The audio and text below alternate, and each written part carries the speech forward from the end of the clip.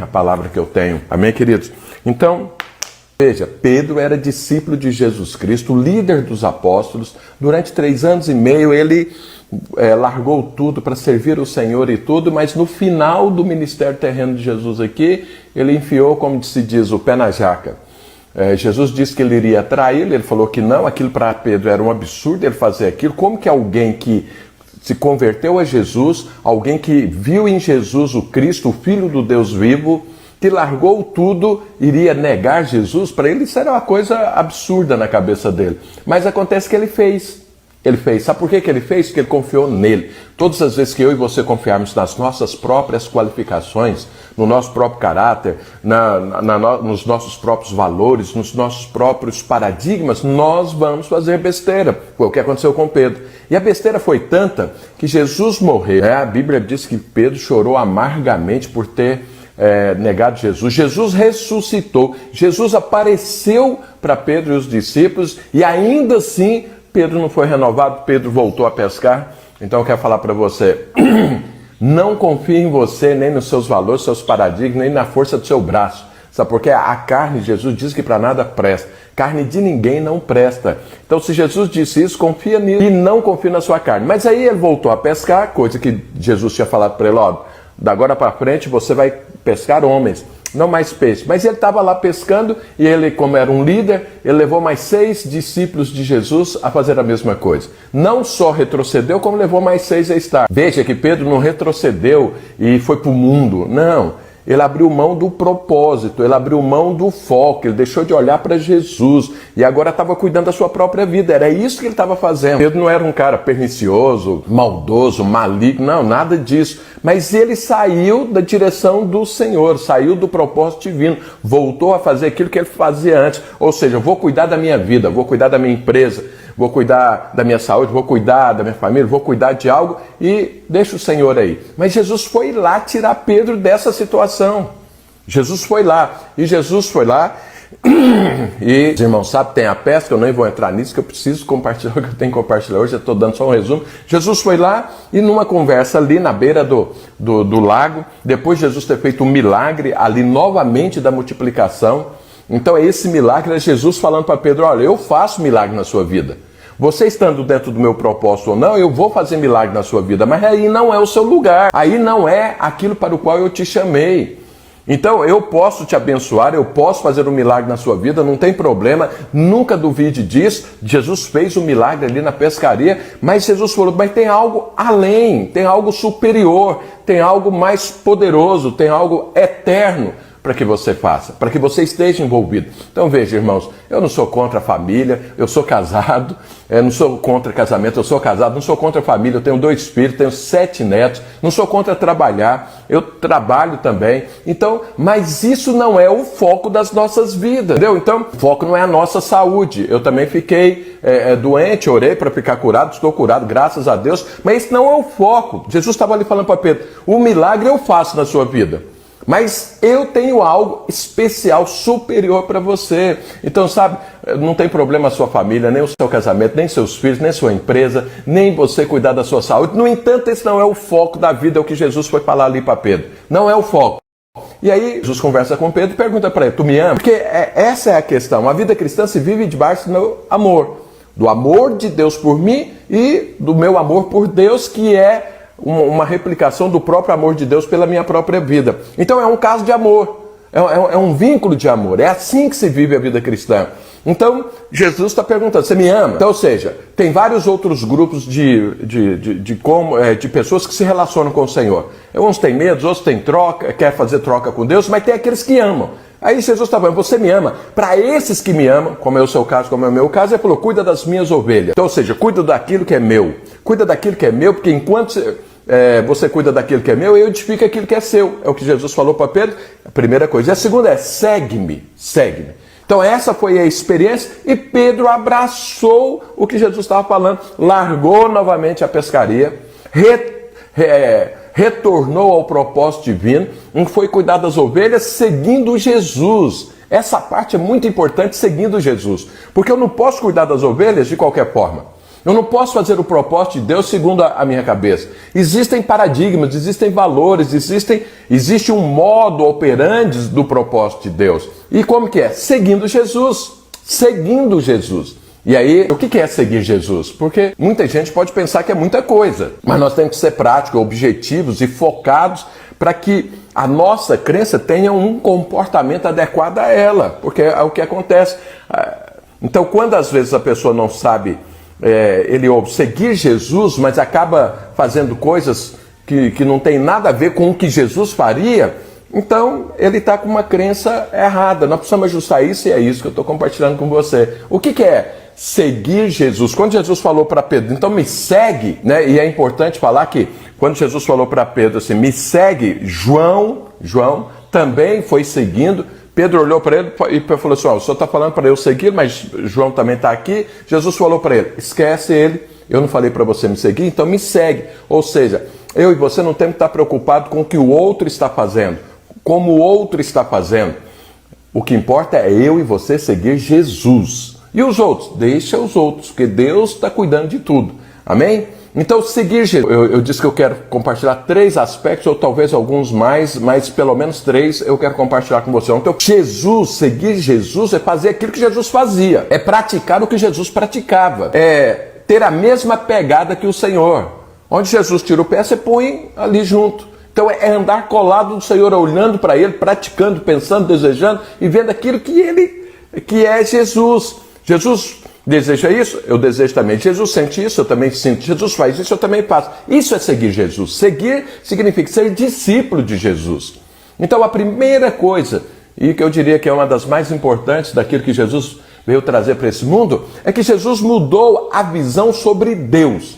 Até então, muitas pessoas leem a Bíblia e às vezes ficam até com medo de Deus, porque ele vê o Velho Testamento, ou vê a lei, a hora que ele olha aquilo ali, ele fala, puxa vida, a coisa aqui não é muito fácil. Muita gente vivia assim. Na época de Jesus, praticamente todo mundo. E Jesus veio falar o quê? Que Deus é Pai.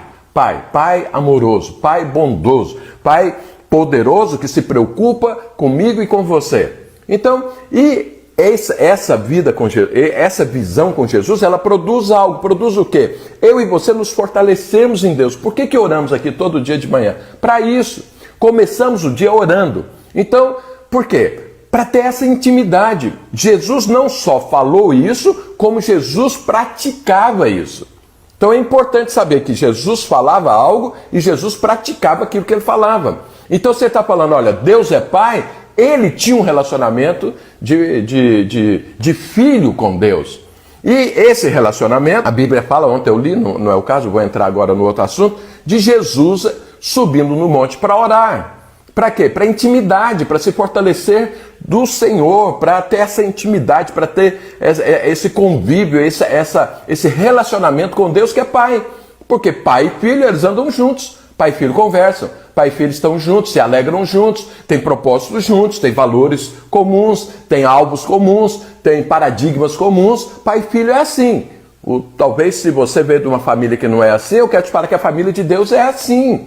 Então, isso é a primeira coisa. Seguir Jesus é então buscar a Deus, viver com Deus como Pai. Não olhando para Deus com medo, não olhando para Deus como alguém que eu vou fazer uma troca, mas olhando, amando a Deus, sendo amado por Deus, vivendo e desfrutando de Deus. Jesus fez isso. Ele subiu no monte para orar para que tenha essa intimidade. Agora, eu sempre fico com isso, eu gosto de ressaltar isso. Você imagina, se Jesus precisava dessa intimidade, se Jesus precisava orar com Deus, imagina eu e você. Então, eu e você, por isso que nós oramos de manhã, mudei o horário para de manhã, esse foi o maior objetivo, a razão de mudar, porque nós precisamos começar o dia com Deus. Jesus falava, olha, eu não falo nada que Deus não fale para eu dizer. Então, ou seja, eu preciso conversar com Deus. O que Deus tem para mim e para você hoje? Nós precisamos saber para entrar nesse rio, para entrar nesse fluir, porque é aí que tem um fluir, é aí que tem a vitória. Amém, queridos? Então, isso nós falamos ontem. Mas a segunda coisa que significa seguir Jesus, Deixa eu ler novamente o texto que eu li ontem de João capítulo 17, a partir do verso 13. Jesus está ali orando, fazendo sua oração sacerdotal, sua oração de prestação de contas, sua oração de clamor por nós ali a Deus. E aí, o verso 13, olha o que Jesus fala. Mas agora eu vou para junto de ti, isso falo no mundo, para que eles tenham o meu gozo completo em si mesmo. Eu lhe tenho dado a tua palavra e o mundo os odiou, porque eles não são do mundo, como também eu não sou. Então, você não faz parte do mundo. Eu gosto de ressaltar isso. Não se envolva com o mundo, não se torne um com o mundo. O que é se tornar um com o mundo? Não é você estar aí praticando os pecados do mundo. É você crer nos valores do mundo, é você desejar as coisas que o mundo oferece. O mundo é inimigo de Deus, está escrito aqui. Então, olha, eu lhes tenho dado a tua palavra e o mundo os odiou. Os odiou. O mundo nos odeia. O mundo não tem amor por mim ou por você. Pode ter certeza que não. Quem nos ama é Jesus. Quem nos ama é Deus Pai. Não é o mundo. O mundo nos odiou porque nós fazemos parte do reino de Deus e somos contra tudo aquilo que está nesse mundo. Então, e ele fala, porque eles não são do mundo, como também eu não sou. Você não faz parte do mundo. Jesus não faz parte do mundo. Amém? Creia nisso. Não peço que os tire do mundo, e sim que os guarde do mal. Eles não são do mundo, como também eu não sou. Santifica-os na verdade, a tua palavra é verdade. Olha o que fala. Assim como tu me enviaste ao mundo, também eu os enviei ao mundo. Então, a grande questão aqui nós fomos enviados para o mundo para quê? Por que eu e você ainda estamos aqui? Então, nós não podemos perder o foco pelas consequências. Você sabe, você define um foco, você define algo que você vai conquistar ou por onde você vai andar e muitas coisas virão como consequências. Então, quando você pega seu filho, leva ele para a escola, para ele estudar, então o foco é que ele se forme. As consequências é que ele vai ter um bom emprego, as consequências é que ele prospera, a consequência é que ele vai ter reputação, a consequência é que ele vai ser alguém considerado na sociedade, porque ele tem estudo, porque tem mestrado, tem doutorado, tem lá, e a sociedade, então, vai considerar. Então, isso são consequências. O foco é formar. O resto é consequência. O cristão, eu e você, da mesma forma. Nós estamos no mundo. Existe uma série de consequências nesse mundo que nós precisamos e que faz parte das nossas vidas aqui. Trabalhar, casar, ter filhos, ter saúde, passear, prosperar. Isso são consequências de nós estarmos aqui, mas nós não podemos perder o rumo. E Jesus está falando, eu enviei. Enviou para quê? O que é que eu e você estamos fazendo aqui? Porque se nós perdermos isso de vista, a nossa vida vai se perder, o propósito vai se perder e nós vamos ficar igual Pedro. Pedro estava perdido lá, ele não estava em pecado, ele era fora do propósito divino. Ele era uma pessoa frustrada, estava ali uma pessoa vivendo sem ele nem beira. Mas estava pescando, todo mundo olhava e falava, não, isso é normal, mas não é normal para Deus. Jesus foi lá tirar ele disso. Então veja, o que é que eu e você estamos fazendo aqui? Jesus nos enviou para quê? Eu quero ler aqui esse versículo, está aqui, esse texto, está aqui em 2 Coríntios capítulo 5. Olha o que Paulo diz. Ora, tudo provém de Deus, que nos reconciliou consigo mesmo, por meio de Cristo, e nos deu o ministério da reconciliação. Então olha o que acontece. Primeiro, sempre eu digo isso, Deus faz algo na minha vida, Deus faz algo na sua vida. Deus te encontra, Deus te acha, Deus te chama, Deus te elege. Deus faz algo no seu interior e faz algo no meu interior. Para quê? Primeiro para te salvar, primeiro para me salvar. Para que eu desfrute, está escrito aqui, Ele nos reconciliou consigo mesmo. Mas logo em seguida, esse algo interior que Deus fez aqui é para que haja algo exterior, para que haja algo que eu esteja envolvido. E Paulo chama o quê? Ministério da reconciliação. Ele continua falando, a saber, então está explicando que Deus estava em Cristo reconciliando consigo o mundo, não imputando aos homens as suas transgressões, e nos confiou a palavra da reconciliação. De sorte que somos embaixadores em nome de Cristo, como se Deus exortasse por nosso meio, em nome de Cristo, pois rogamos que vos reconcilieis com Deus. Aquele que não conheceu... Bom, até aqui tá bom. Então, olha o que acontece. Jesus nos enviou com uma mensagem. Uma mensagem não é uma mensagem de condenação. Não é uma mensagem para resolver um problema específico da pessoa. É uma mensagem abrangente, poderosa, que afeta a eternidade de todos. Que é a coisa mais importante que eu e você temos para fazer nesse mundo. Primeiro eu desfruto, primeiro eu sou reconciliado com Deus. E segundo, eu passo a ser um mensageiro dessa mensagem da reconciliação para os outros. Porque esse mundo está condenado, As pessoas que estão nesse mundo que não abraçaram a obra do Calvário vão para o inferno. Então, Jesus nos enviou, orou a Deus para que Deus nos proteja, porque nós estamos no campo de batalha do inimigo, e nos deu uma missão. Vai lá e prega e fala que eu, Deus, estou com as mãos estendidas para reconciliar todo ser humano comigo novamente, para que a gente viva a eternidade, para que quando terminar esse tempo presente, a gente continue na eternidade com Deus e vamos viver com Ele. Essa é a mensagem. Deus está com suas mãos estendidas para reconciliar, não para bater, não para punir, não para disciplinar, mas para amar, para restaurar as nossas vidas novamente com Ele. Desde o Éden, quando nós caímos ali, perdemos essa comunhão, mas Jesus veio para restaurar isso. Então nós estamos no mundo para fazer isso, seguir Jesus. Então veja, Jesus fez isso ou Jesus só morreu na cruz? Então vamos ver aqui um exemplo disso, porque tudo aquilo que Jesus fala para que eu e você possamos segui-lo, ele fez primeiro antes. Então o primeiro aspecto de seguir Jesus é Jesus tinha intimidade com Deus, Jesus tinha um relacionamento com Deus, Jesus era conectado com Deus. Jesus valorizava antes de qualquer coisa o seu relacionamento com Deus. Você sabe, Jesus nunca reclamou de nada aqui. A única reclamação que você viu de Jesus, está escrito inclusive na Bíblia, foi lá na cruz.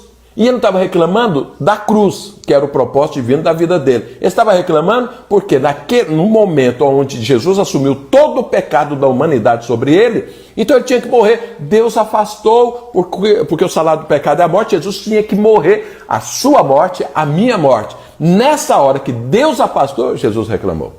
Por Deus meu, por que me desamparaste? Então, ou seja, o que fez falta para Jesus é justamente esse relacionamento que Jesus tinha antes e que aqui ele manteve, que existe hoje. Nunca abriu mão dele.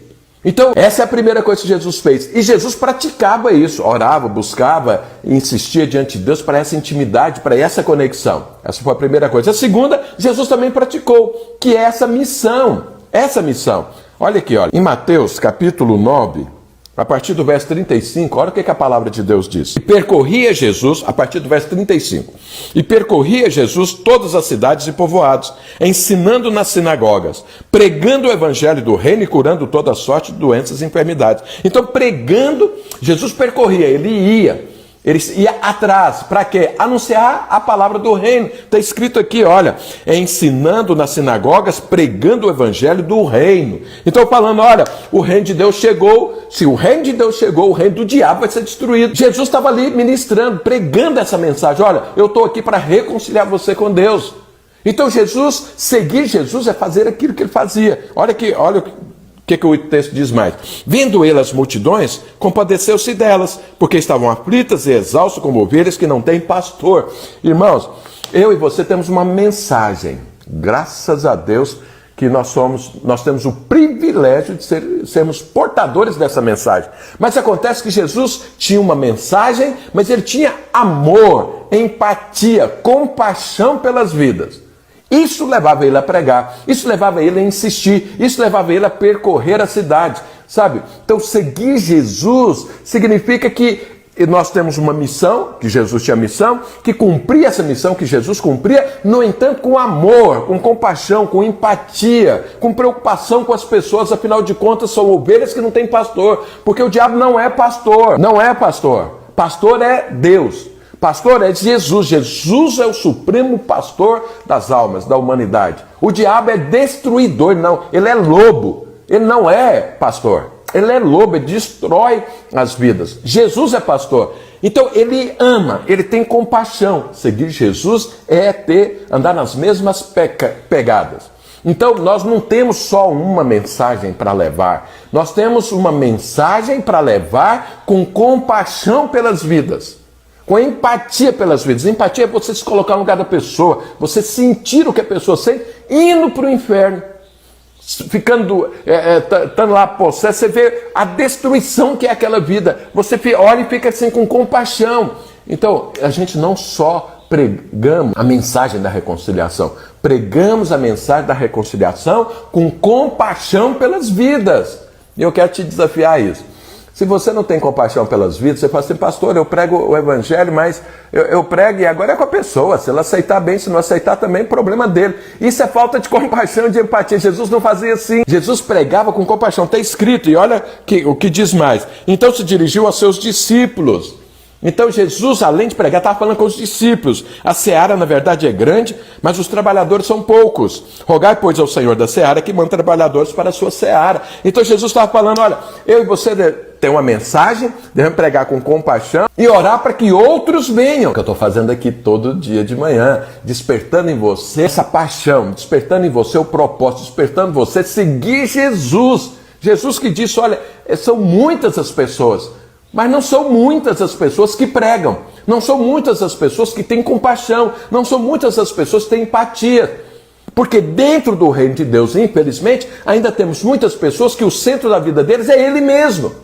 Ele quer a bênção de Deus, ele quer a prosperidade que Deus pode dar, ele quer a saúde que Deus pode dar, ele quer um casamento saudável. Ele só está pensando nisso. Mas acontece que Jesus está aqui praticando, além disso, ele tem um alvo. Então Jesus diz, eu vos enviei com um alvo, reconciliar, é a mensagem, com compaixão pelas vidas. Isso é então, o primeiro ponto ontem é intimidade, entender quem é Deus. Deus é Pai, ter intimidade, desfrutar de Deus ali, da presença do Senhor, dessa graça divina. Isso é a primeira coisa. A segunda, tem um propósito, tem uma missão, uma reconciliação com empatia, com compaixão. Isso aqui é muito importante. Porque a gente ama, né? Quando a gente tem compaixão, tem empatia, a gente faz as coisas completamente diferentes. A gente insiste, sabe? Não é aquele negócio assim para desencargo de consciência que eu vou pregar. Não é, eu vi alguém ali, eu preciso pregar, porque senão já a pessoa chegar lá diante de Deus, Deus vai falar, olha, o fulano passou perto de você nunca deu um testemunho, mas que absurdo. Aí a pessoa fala, não, Deus não me fala isso, deixa eu falar. Não, é mais do que isso. É mais do que pregar uma mensagem. É amar as pessoas como Deus ama. Sabe, deixar esse amor de Deus, o Espírito Santo fluir.